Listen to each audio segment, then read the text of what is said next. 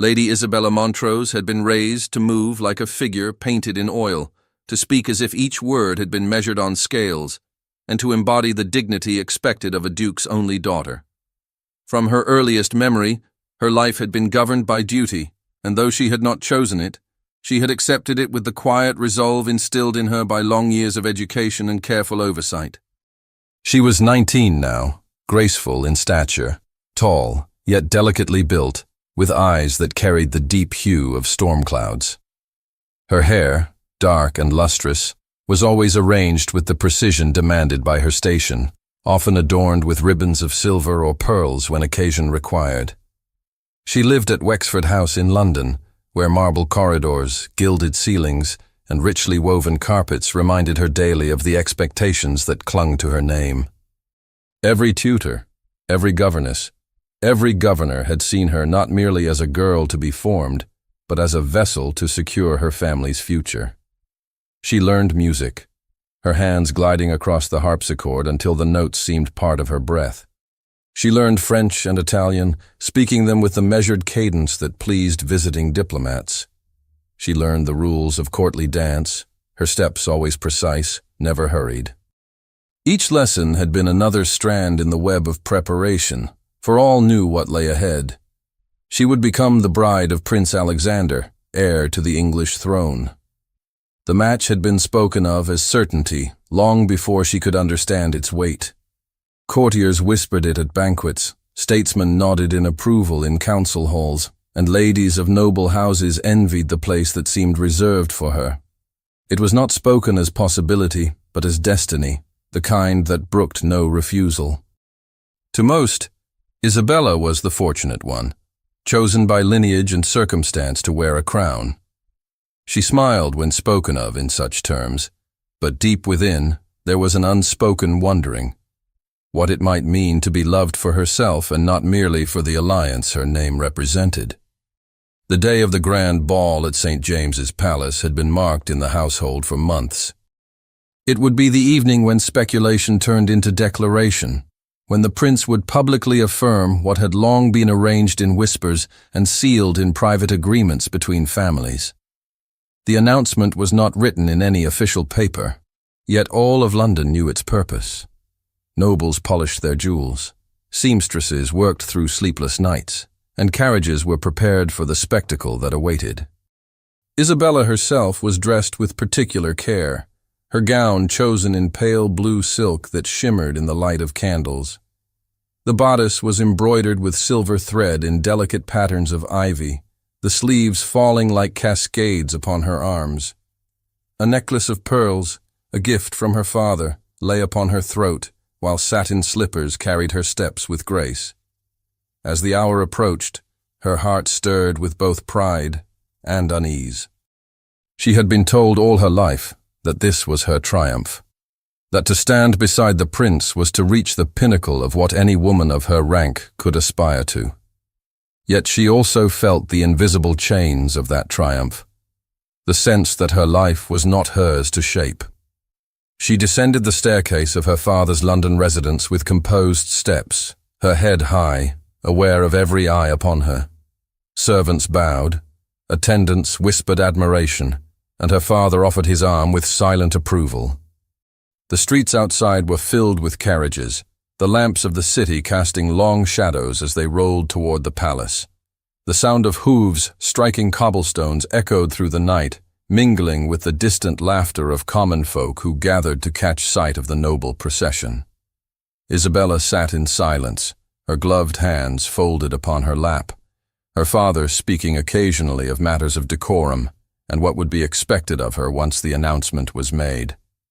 She listened, though his words were no different from those she had heard 100 times before. The palace itself stood luminous when they arrived, its many windows blazing with candlelight, its gates guarded by men in livery who held back the crowd of onlookers. Inside, the marble halls glowed with the reflection of countless chandeliers, their flames mirrored in the polished floor. Musicians tuned their instruments in the gallery above, and the scent of roses, brought in from the royal gardens, filled the air with a sweetness that seemed almost oppressive. Servants moved briskly, guiding guests to their places, carrying trays of wine and ensuring that the evening's order was maintained with precision. Isabella entered the ballroom as though stepping into a stage prepared for her. Heads turned, fans fluttered, and voices hushed to murmurs. She carried herself with poise, her eyes steady, her every movement a lesson in composure.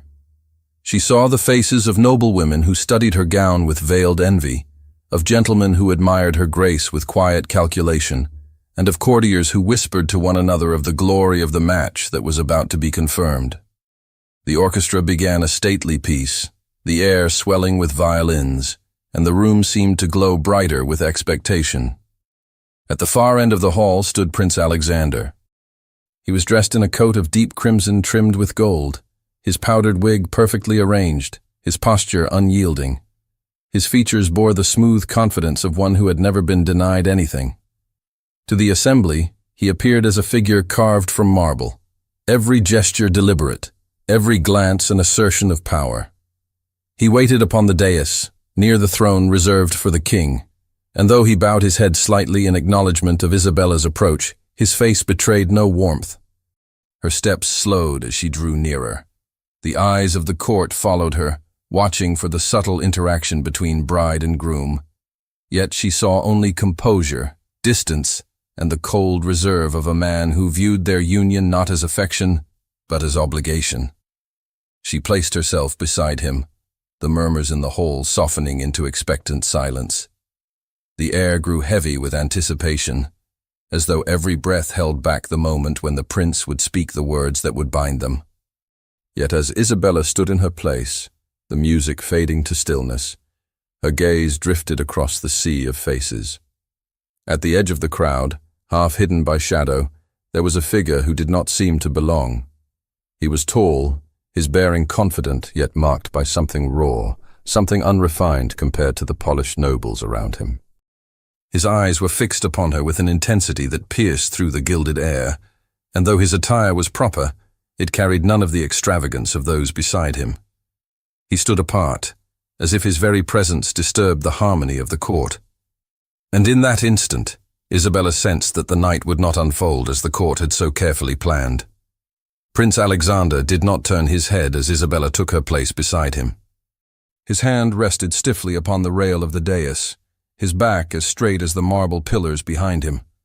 The hall, filled with courtiers, ambassadors, and noble families, trembled with anticipation.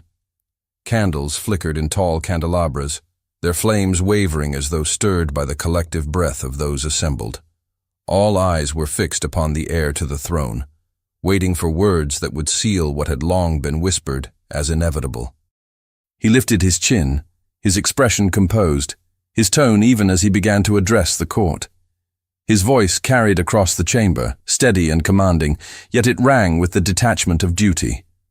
He spoke not of Isabella's virtues or the promise of shared life, but of alliances between houses, of stability in uncertain times, of obligations that bound families to the crown.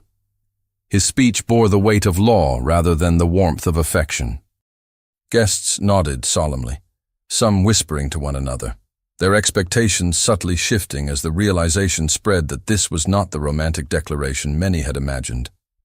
Isabella stood silent at his side, her eyes lowered though her ears caught every syllable. The words, heavy and cold, fell upon her like stones. She had prepared herself for formality, yet the absence of even the smallest gesture of tenderness stung deeply. To the crowd, she appeared the very image of composure, her posture unbroken, her hands folded gracefully.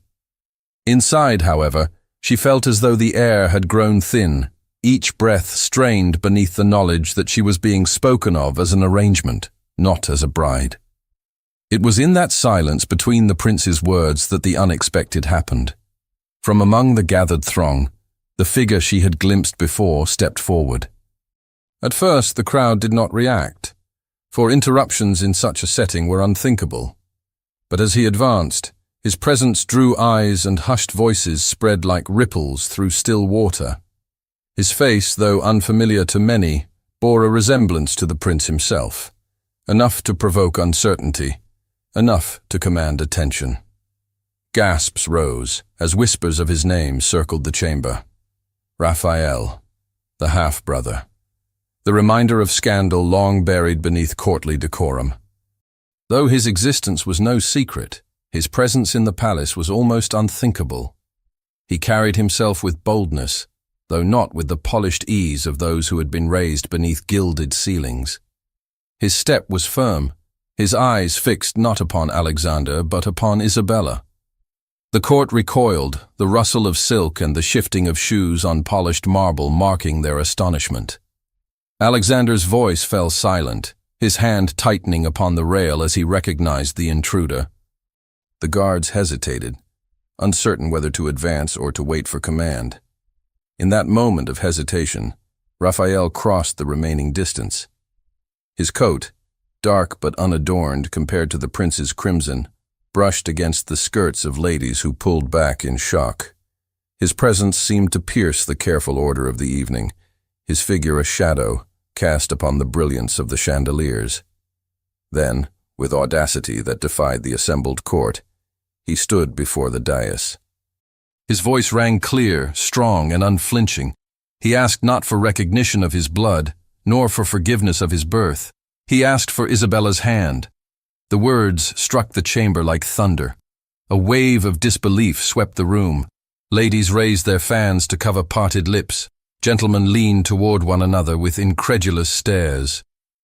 The ambassadors, gathered to witness the union of crown and nobility, exchanged sharp glances, measuring the scandal as it unfolded before their eyes. The orchestra, which had been poised to resume after the prince's address, faltered into silence, boughs trembling in mid-air. Isabella felt her breath catch. She had not moved, yet the entire weight of the hall seemed to press upon her. Her name, uttered in such a manner, bound her to a gesture she had never sought, never expected. The eyes of the assembly turned upon her, demanding a reaction she could not yet give. The prince beside her grew rigid, his silence more fearsome than if he had spoken. Alexander's hand shifted to the hilt of his sword, the gleam of the weapon visible in the candlelight. His face, pale beneath the powder, betrayed a fury that words could not contain. Yet still he did not speak, as though silence itself could cast Raphael into nothingness. The king's advisers, seated near the throne, exchanged troubled looks, uncertain whether to intervene. The guards remained frozen, awaiting a signal that did not come. The moment stretched unbearably. Raphael's declaration lingered in the air, impossible to ignore, impossible to erase. Isabella felt the weight of her position more heavily than ever, her body a statue before the judgment of the court. She could neither move nor speak without altering the course of her life, and yet she had no power to stop the chaos that had already begun. The hall, once so carefully arranged for triumph, had become a theater of scandal. Whispers rose like a storm, fragments of disbelief carried across the marble chamber. The illegitimate son, how dare he? Before the throne itself, each murmur twisted the air tighter, each glance fastened upon Isabella with sharper scrutiny. And still, the king had not spoken. His silence hung over the chamber, heavier than the chandeliers above, while the court held its breath for his judgment. The silence that followed Raphael's words was unbearable, stretched thin as glass about to shatter. No one dared breathe too loudly. No one shifted their feet without drawing the weight of curious stares. Isabella stood motionless at the prince's side, her hands clasped tightly before her, though every pulse within her body hammered with confusion and dread. She had not spoken, had not even raised her eyes from the floor, yet she felt herself already condemned in the judgment of the court. The chamber, filled with the finest of England's nobility, seemed to lean forward as one. Whispers collided, skirts rustled, fans snapped open and shut. Every gaze fixed upon Isabella, as though she had conspired with Raphael, as though his audacity reflected a secret desire of her own. She wished the floor might open and swallow her. Yet she remained frozen, aware that any movement could be interpreted as confirmation of guilt. Raphael, for his part, stood tall before the dais, his declaration unwithdrawn. His eyes did not waver from her, and in their intensity she read not triumph but something more reckless, more desperate. She could not bear to meet his gaze for long, for in it lay the certainty that her fate had been twisted in an instant. Then came the sharp command of the guards.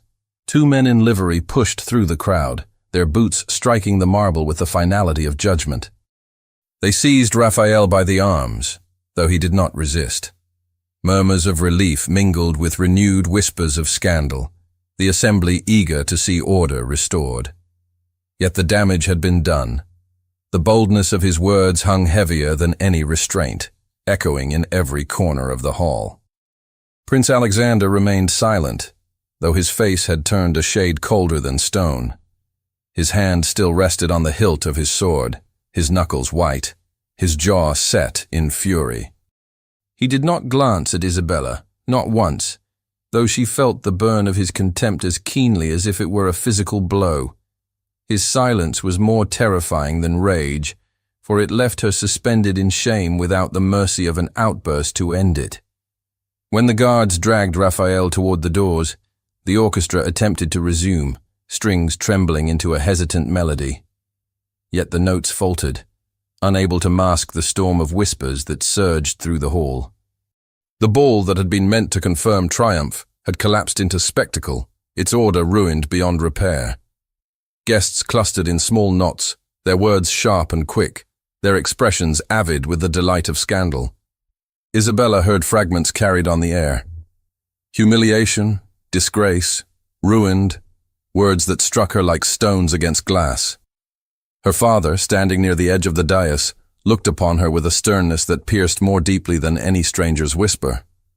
He had guarded her reputation as carefully as his own fortune, and now she stood exposed before him, her name entangled with a man branded illegitimate.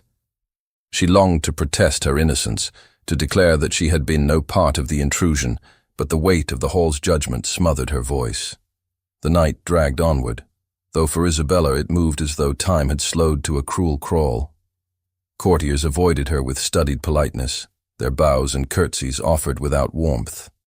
Some turned away altogether, eager to distance themselves from disgrace.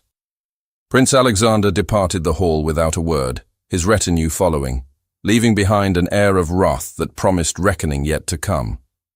Isabella stood abandoned on the dais until her father at last took her arm and led her away. Back in her chambers, silence pressed upon her more heavily than the noise of the ballroom. She dismissed her attendants with a faint gesture, unwilling to endure their pitying looks. Alone, she allowed her composure to crumble. She sank into the chair by her dressing table, the candles flickering in their sconces, and wept silently, her shoulders shaking beneath the weight of shame. The pearls about her neck felt like a chain, each bead cold against her skin. Tears blurred her reflection in the mirror. She saw not the poised figure presented to the court, but a young woman stripped of dignity, her future clouded by forces she could not control. The path she had walked since childhood, so clearly defined, had been shattered in a single moment by words she had not invited.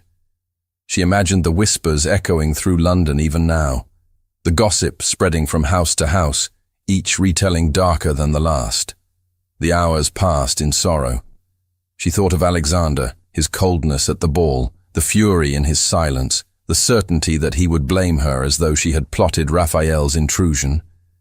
She thought of Raphael, reckless and desperate, his declaration dragging her into ruin whether he had intended it or not. She thought of herself, trapped between 2 men, neither of whom had sought her consent. Her life felt less her own than ever before, her worth measured only in the alliances others wished to claim. When at last she rose, the chamber seemed unbearably still. The roses arranged in porcelain vases had begun to wilt, their petals drooping in silence, as if mocking the fragility of beauty. The moon shone pale through the high windows, casting long shadows across the floor. Isabella walked to the heavy curtains and drew them aside, staring into the night as though it might offer escape. The gardens below lay veiled in mist, their paths winding like ribbons through the dark. She pressed her hand against the cold glass, her breath clouding its surface. Her tears had dried, leaving her eyes heavy, her heart hollow. The humiliation of the night weighed upon her, each moment replaying in her mind with merciless clarity. She longed for a refuge beyond the reach of gossip, beyond the chains of duty. Yet such a place seemed distant, perhaps unreachable. She turned away from the window, ready to surrender herself to restless sleep. And then, from the shadows beyond the misted glass, she caught sight of movement in the garden below, a solitary figure pacing restlessly among the hedges. It was not the restless pacing of a stranger, nor the bold intrusion of the man who had brought her world into disarray, but the deliberate step of one who knew the household well. The figure moved slowly along the gravel path, pausing beneath the lanterns placed at intervals in the garden, the faint light casting her face into view. Lady Margaret, Isabella's widowed aunt, had chosen the hour when the household slept to walk among the hedges, as she often did when wakefulness pressed heavily upon her. Isabella, watching from above, felt a surge of relief at the familiar presence. She left the window and crossed the chamber, her hands trembling as she opened the door into the dim corridor. The air was hushed, filled only with the faint creak of timber as her slippers touched the floor. She descended the staircase, guided by the glow of wall sconces left burning through the night. The stillness of the house, so unlike the grandeur and noise of the palace, wrapped about her, though it offered little comfort. The memory of the ballroom still burned in her mind, the shame, the whispers, the prince's silence, and the sudden ruin of everything that had been promised to her. Lady Margaret turned as Isabella stepped into the garden. The night air was cool, heavy with the scent of damp earth and roses that had not yet lost their fragrance. Margaret's expression softened when she saw her niece, though her eyes reflected the wisdom of one who had endured much herself. She reached out a hand, and Isabella took it with the eagerness of a child clinging to safety. They walked together along the gravel paths, their steps unhurried, the silence between them more comforting than words. When at last they paused beneath an arch of climbing ivy, Isabella released the storm that had gathered in her heart. She spoke of the humiliation, the stares of the court, the cold indifference of the prince, and the reckless intrusion of Raphael. Her voice broke, her composure crumbled, and she confessed the fear that her name had been ruined beyond repair. Margaret listened without interruption, her gaze steady upon her niece, her hand still clasping Isabella's in quiet strength. When Isabella fell silent, exhausted by her own grief, Margaret finally spoke.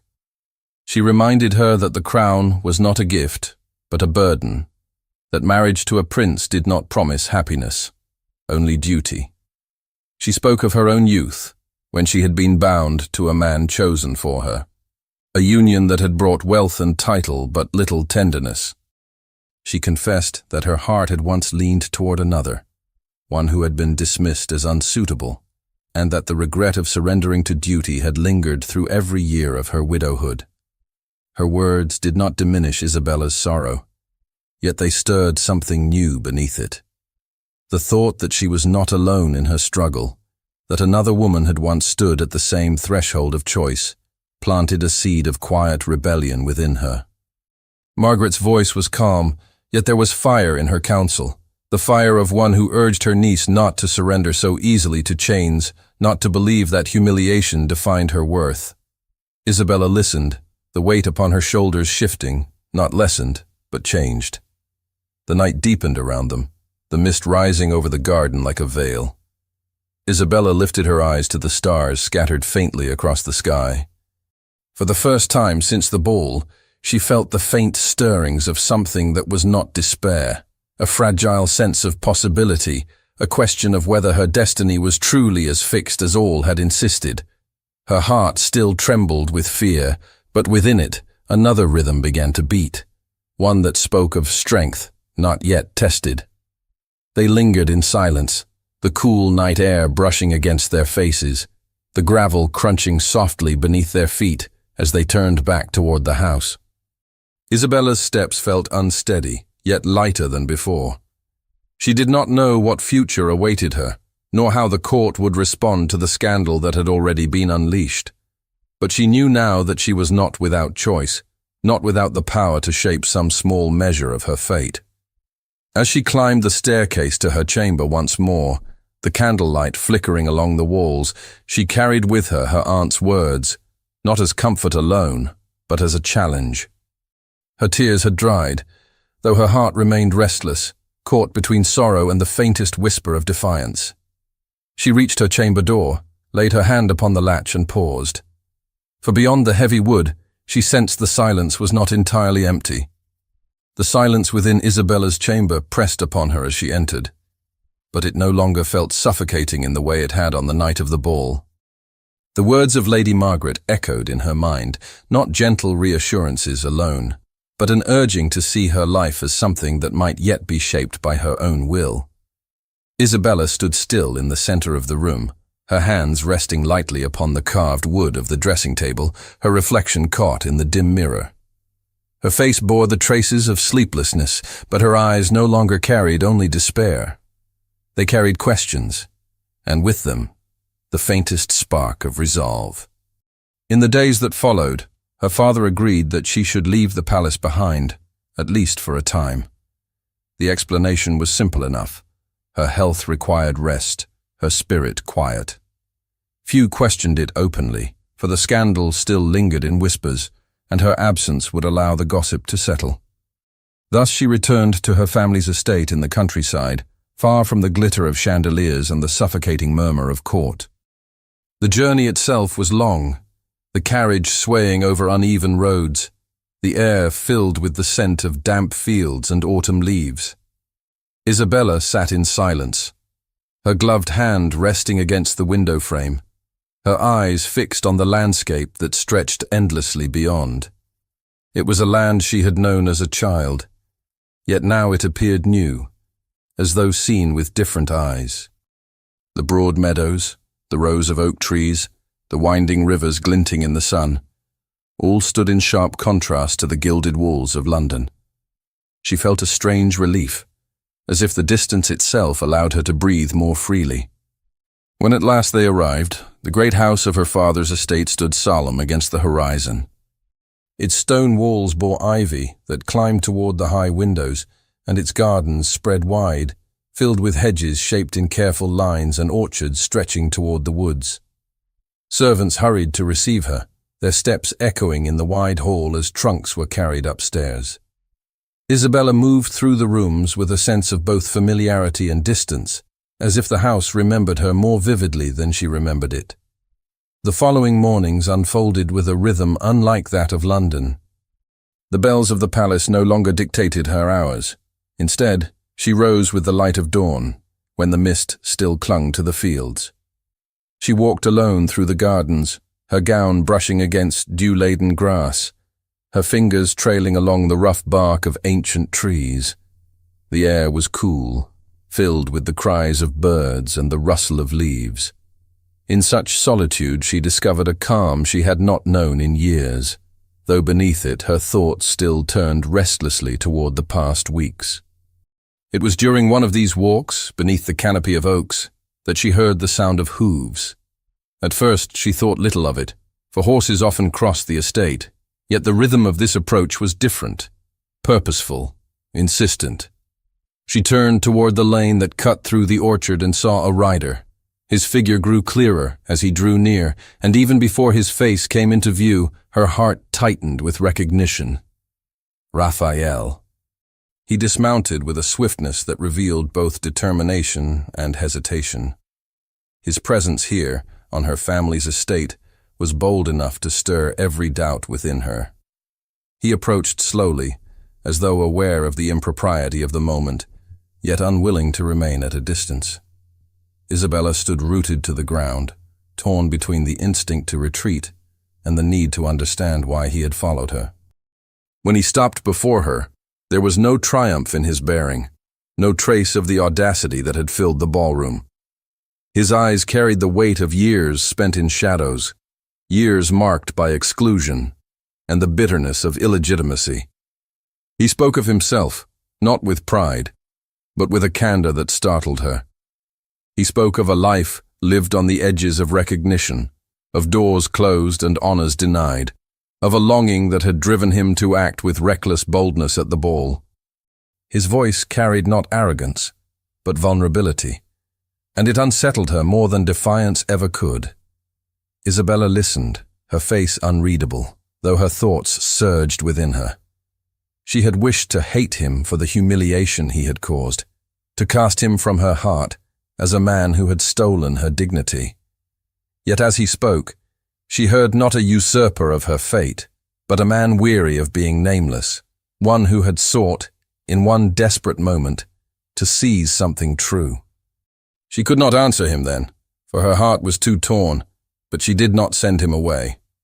In the days that followed, he returned again, not with bold declarations, but with a quieter presence. They walked together through the gardens, their steps unhurried, their words measured. He asked nothing of her but time, and in that time he revealed more of himself. He spoke of the solitude that had shaped him, of the silence that had been forced upon him, of the way he had learned to endure contempt without letting it harden his soul. Isabella, in turn, found herself speaking in ways she had not before, not of duty or expectation, but of her own fears, her own longings. Their walks became a rhythm. Beneath the branches of the oaks, by the still waters of the pond, along the paths lined with roses, they discovered a companionship that was unlike the cold formality she had known at the prince's side. In Raphael's gaze there was no calculation, no sense of possession. Instead, there was a quiet respect, an attentiveness that unsettled her because it felt like freedom. Yet even as she began to sense trust forming between them, a shadow lingered at the edges of her thoughts. She knew the world would not forgive such meetings, that whispers would cling to her once more if they became known. She knew too that her heart, though cautious, was not immune to his presence. There was danger in every step she took beside him, danger that could undo what little peace she had reclaimed. One morning, as they walked along the bank of the river that bordered the estate, the water glinting in the pale sun, the sound of galloping hooves broke through the calm. Isabella turned swiftly, her gown catching in the wind, as a rider approached at full speed, the royal seal gleaming upon his satchel.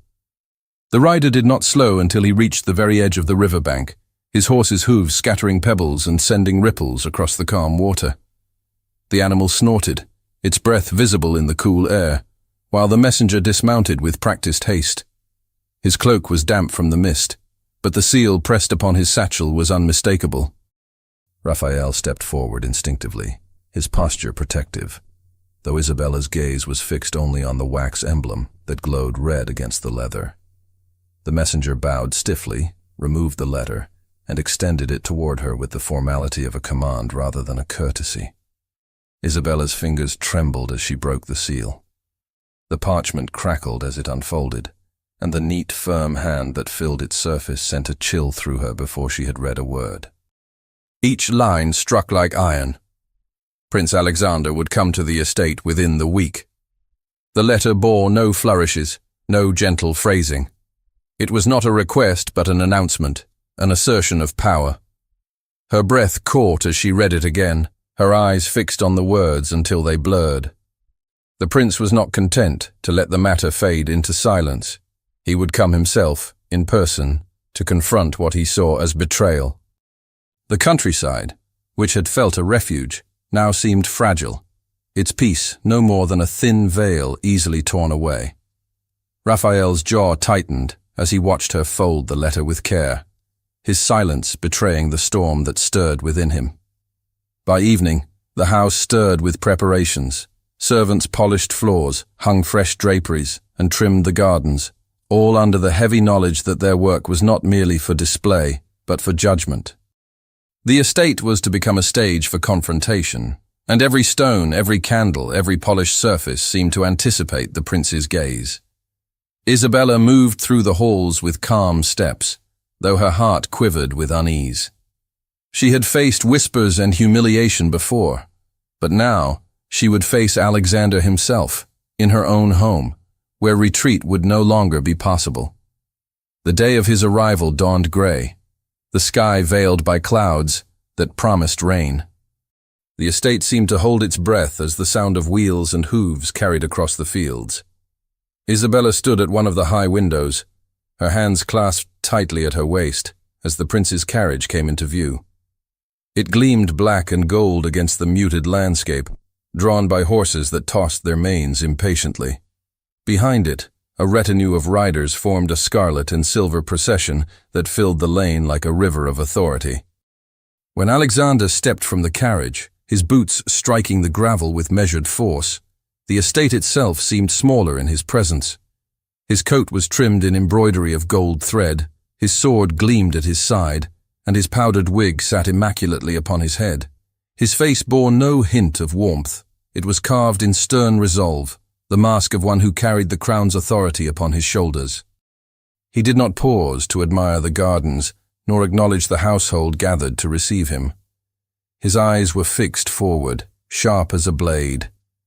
Isabella descended the staircase to meet him, her gown pale against the dark oak panels of the hall. When she reached the entrance, she curtsied with practiced grace, her heart pounding beneath her bodice. Alexander inclined his head slightly, his courtesy no more than the movement required. He stepped past her into the hall, his retinue following, the sound of their boots echoing through the vast space. The air thickened with the weight of their presence. It was only once the company had assembled in the great chamber that Alexander turned to face her. His voice was controlled, measured, yet it carried the sharp edge of accusation. He spoke of duty, of honor, of the expectations that bound her to him and to the crown. He accused her of allowing disgrace by entertaining the presence of Raphael, of failing to guard her name as carefully as the throne demanded. His words did not shout, yet they cut with a precision sharper than anger. Isabella felt the eyes of the household upon her. Her father, the servants, the attendants, even Raphael, who had entered quietly at the edge of the chamber. Their presence pressed upon her, but the greater weight was Alexander's authority. He spoke not as a suitor, but as a master addressing disobedience. He reminded her and all present that the union between them was no matter of choice. It was necessity, sealed by years of arrangement, sanctified by the crown itself. For a moment, silence threatened to suffocate her. Her hands trembled at her sides, her throat tightened with the weight of unspoken words.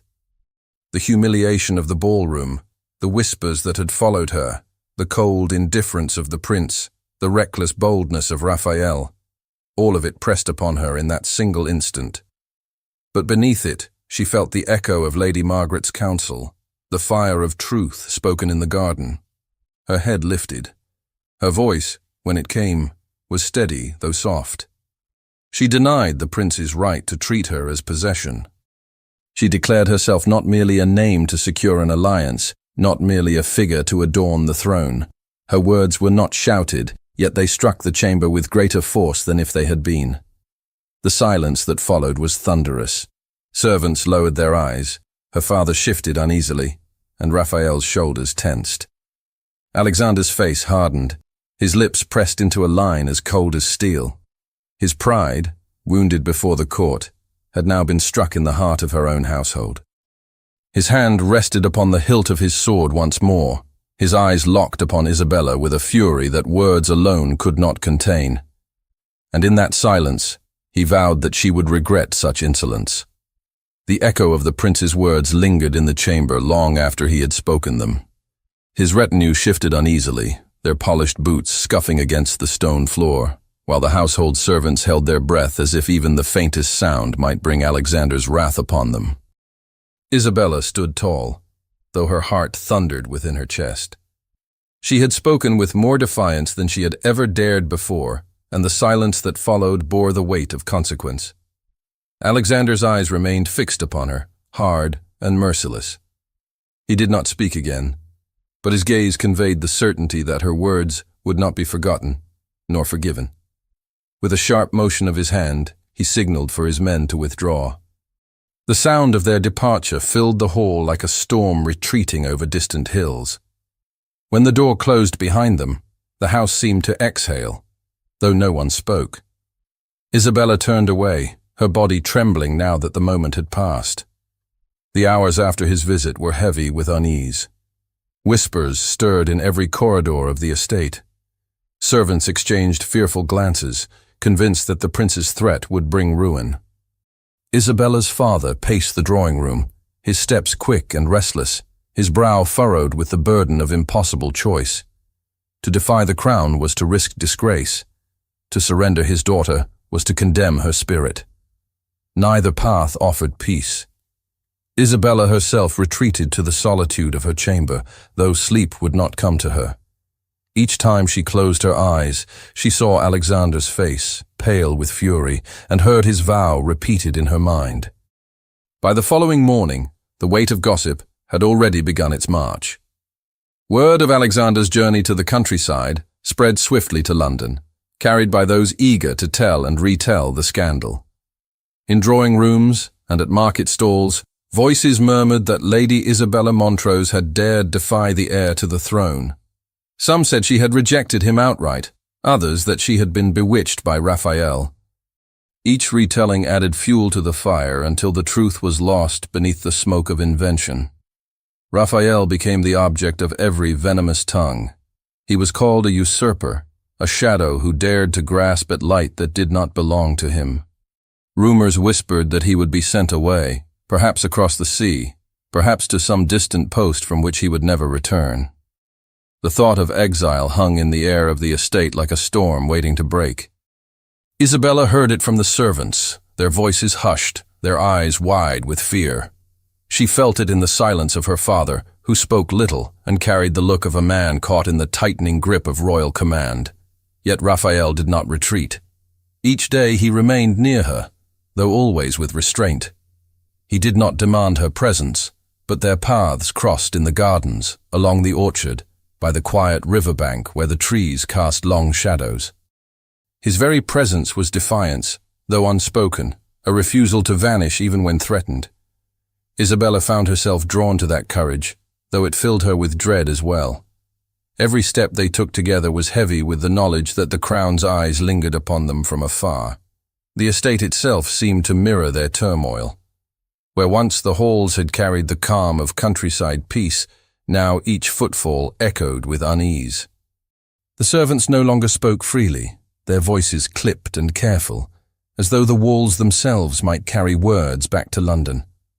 Isabella's father received letters daily, each one marked by the seal of authority, each one demanding more urgently that the union between Isabella and Alexander be confirmed without delay. She saw him hold the letters in his hands, his knuckles white, before retreating to his study, where the candles burned long into the night. For Isabella, the weight of choice pressed heavier with each passing hour. She knew what was expected: to yield, to silence her defiance, to walk obediently toward the throne, as though her heart were of no consequence. Yet the thought of such surrender filled her with dread that chilled her more deeply than Alexander's fury. Raphael's presence reminded her that another life was possible, uncertain, dangerous, but real. It was this possibility that both frightened and sustained her.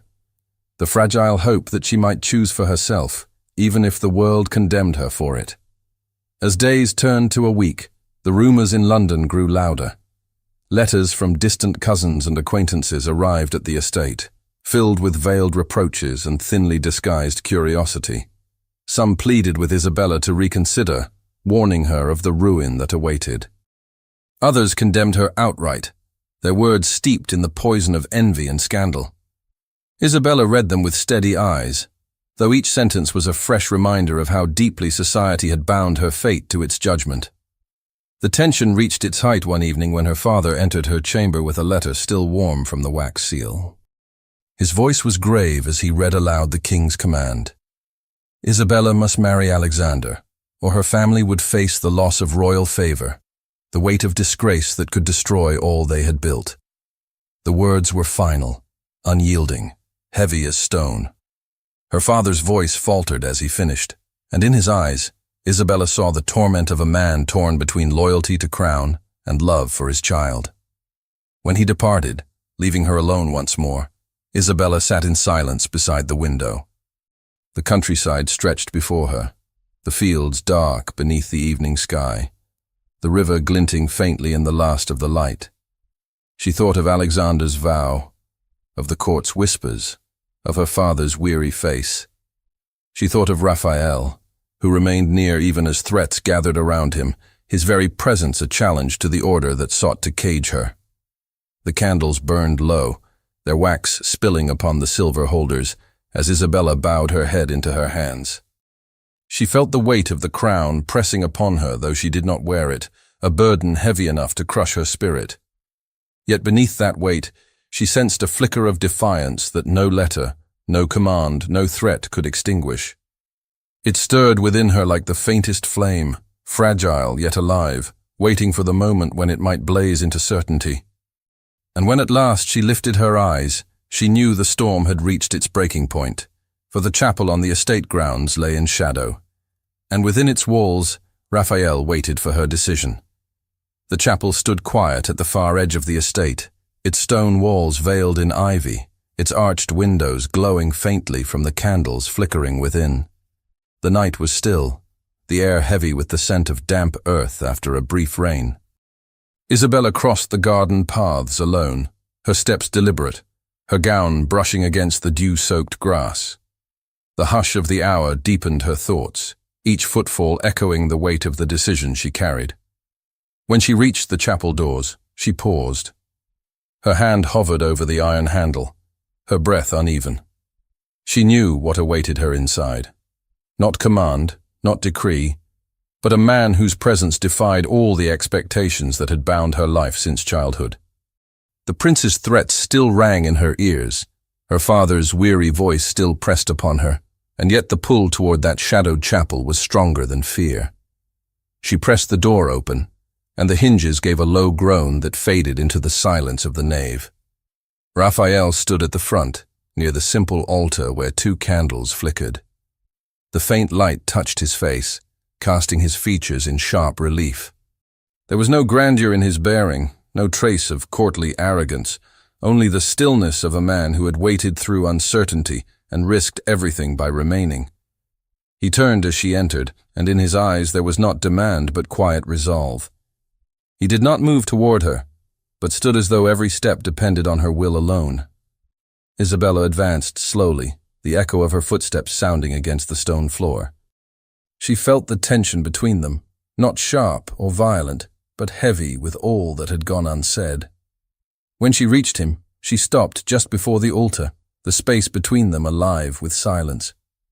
Raphael drew a breath, steady and deep, as though gathering words not rehearsed, but born of truth. He spoke of himself plainly, without embellishment. He admitted what the world saw in him, the illegitimate son, the shadow cast by a crown that would never be his. He confessed the folly of his intrusion at the ball, the recklessness of a man who had long been denied, and who, in a moment of desperation, sought to claim what might give meaning to his life. Yet beyond confession, he revealed something deeper, that his heart had found its only crown in her presence. That love, not ambition, had moved him to speak, when silence would have spared him disgrace. The words filled the chapel with a weight greater than ceremony. Isabella listened, her chest rising and falling with each breath, her hands trembling though she held them clasped before her. His voice did not falter, yet there was no arrogance in it, only sincerity, steady as the flame of the candles. He ended not with a demand, but with an offering, his gaze steady upon her.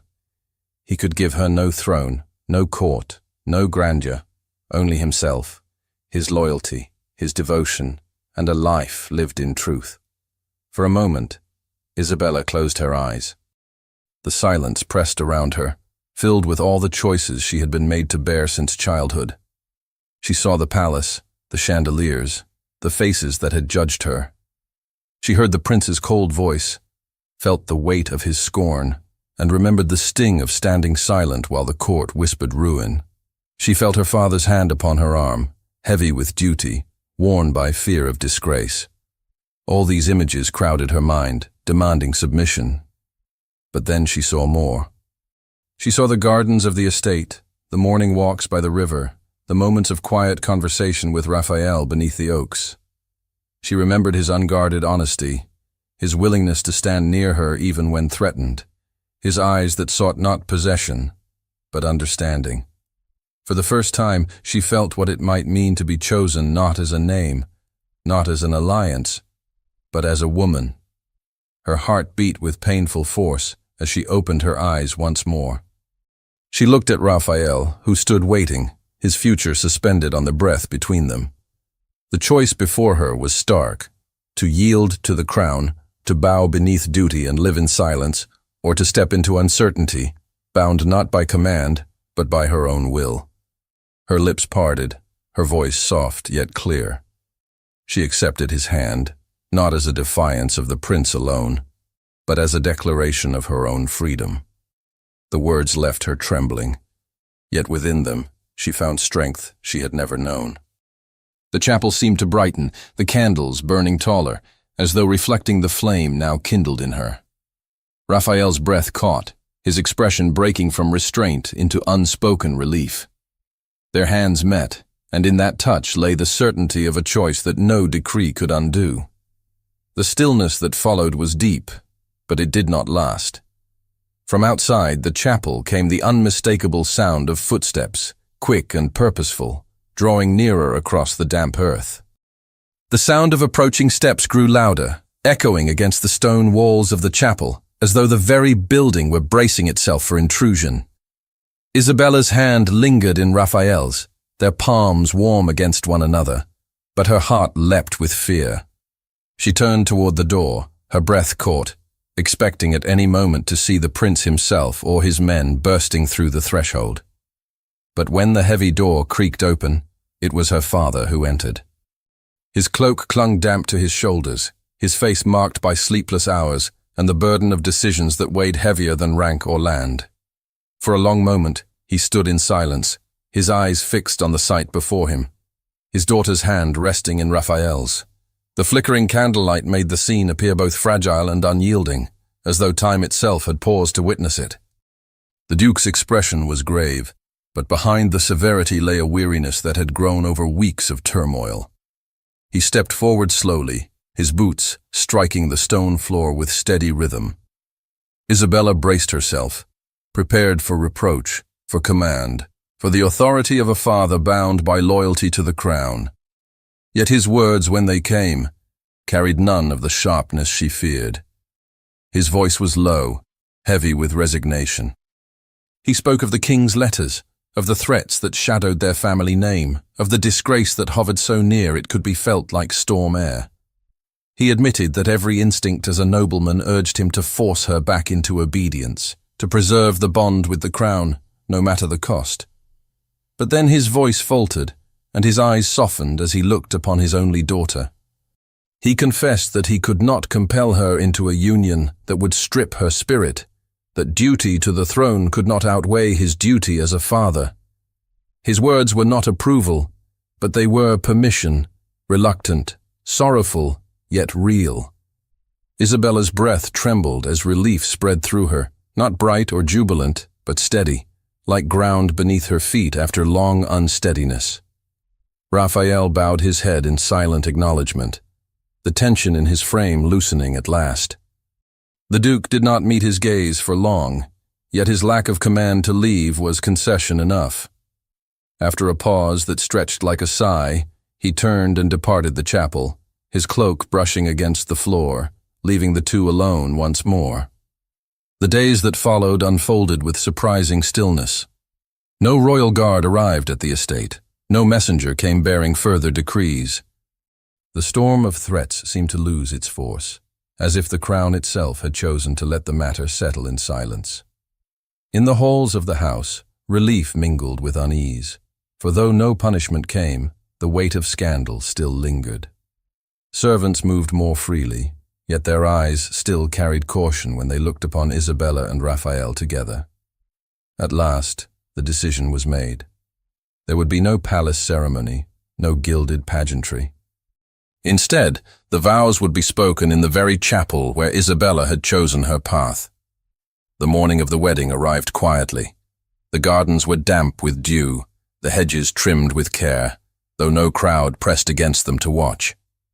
Within the chapel, the air was filled with the faint scent of flowers gathered from the estate gardens, roses, lilies, and sprigs of lavender placed in simple vases along the stone ledges. Isabella wore no crown, no jewels save the modest pearl necklace she had always treasured. Her gown was of pale cream silk, unadorned save for lace at the sleeves, its simplicity carrying a beauty that no court could diminish. Raphael stood waiting at the altar, dressed with equal restraint, his coat dark but clean, his bearing solemn and steady. Around them, a handful of faces bore witness. Her father, grave but resolute. Lady Margaret, her eyes softened by pride. A few trusted attendants who had served the household faithfully. The vows were spoken in quiet voices that filled the small space with greater weight than any royal proclamation could. There were no trumpets, no heralds, only the sound of words carried by sincerity. When Isabella's hand was placed in Raphael's, when their promises were sealed with the blessing of the clergyman, she felt not the burden of chains, but the freedom of choice. In that moment, she was not a pawn of alliances, nor a prize to be displayed, but a woman who had claimed her own destiny. When they stepped from the chapel together, husband and wife, the air outside was fresh with the scent of the fields.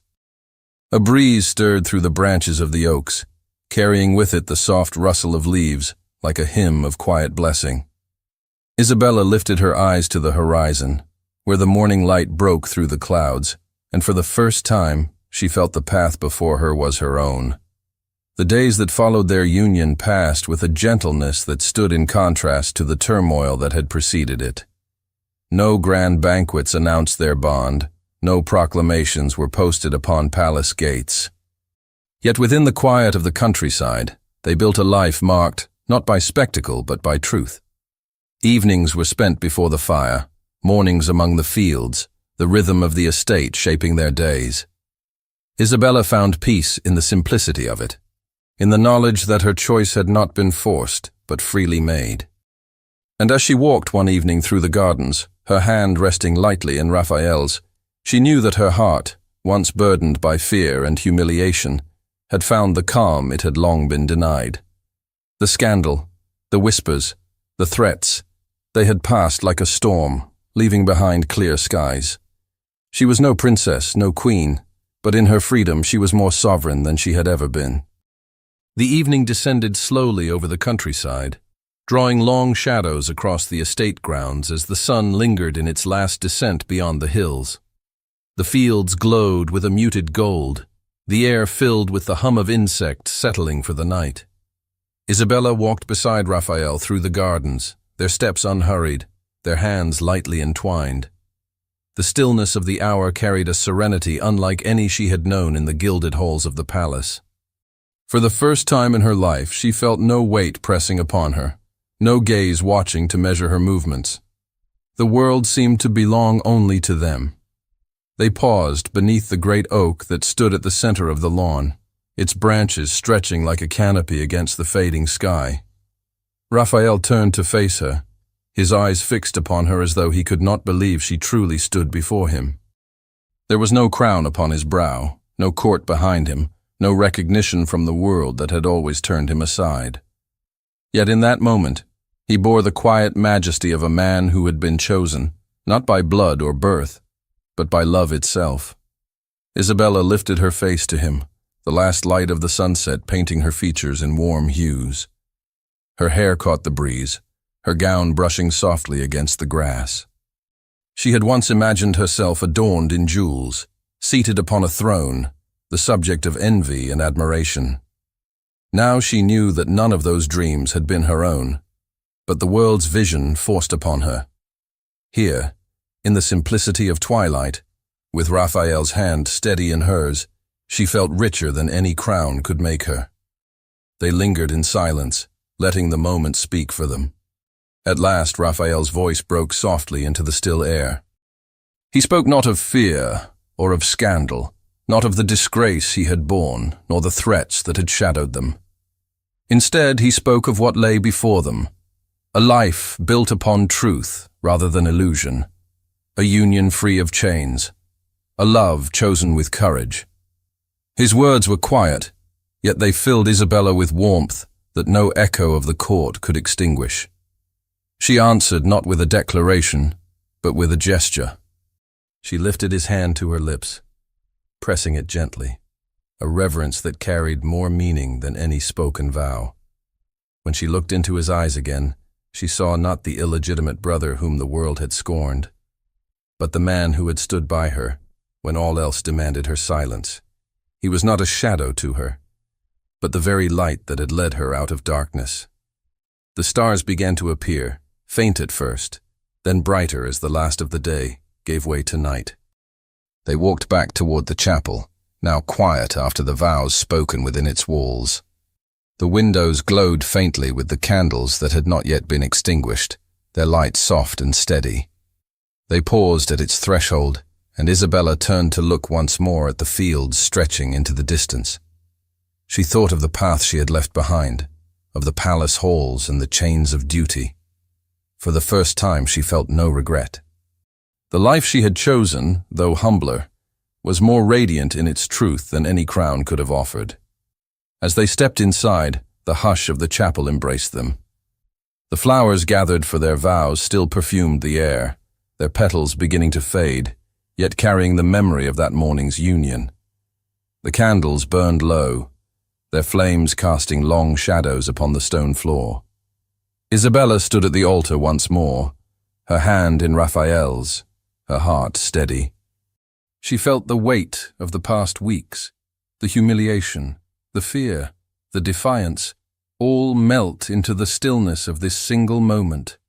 Raphael drew her close, his hands resting lightly upon her shoulders, his gaze searching hers with a tenderness that made her breath catch. He bent toward her, not with the boldness of possession but with the reverence of a man who cherished what had been freely given. Their lips met, a kiss that was neither hurried nor restrained, but filled with the certainty of love that had endured trial and emerged stronger for it.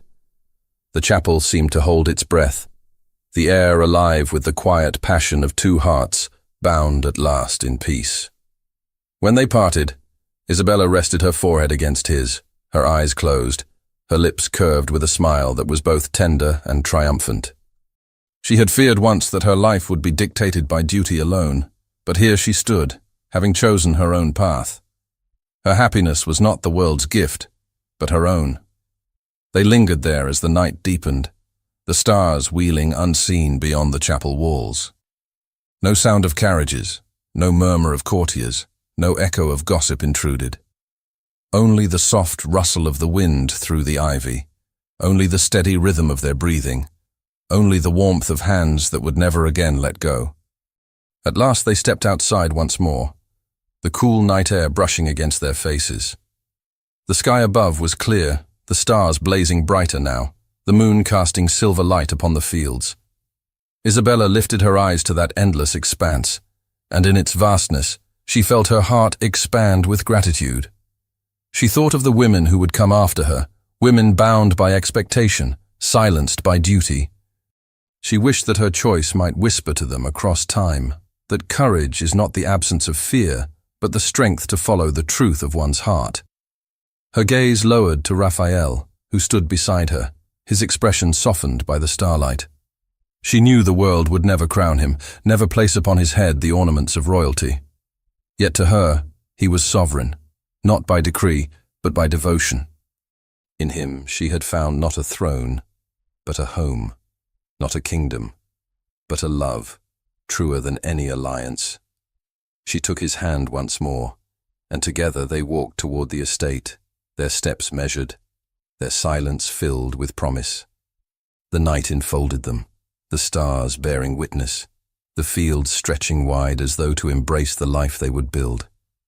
Isabella's heart was calm, her spirit free, her future no longer a prison, but a path she had chosen. And so the story of crowns and scandal faded into memory, leaving only the truth that endured, that love, once chosen with courage, becomes the finest crown of all. Thank you so much for listening to this story all the way to the end. We hope it moved you as much as it moved us while telling it. We'd love to hear your thoughts. Leave us a comment telling us where you're listening from and what you liked the most. Rate this story from 0 to 10. What score would you give it? If you enjoyed this story, don't forget to subscribe to the channel and leave a like as a show of support. That really motivates us to keep creating and sharing more stories full of emotion and life lessons. And before we go, we want to remind you that an exciting and heartwarming story recommendation will appear on the final screen. If you'd like to enjoy it, just click on the video. Thank you once again for being here, and we'll see you in the next story.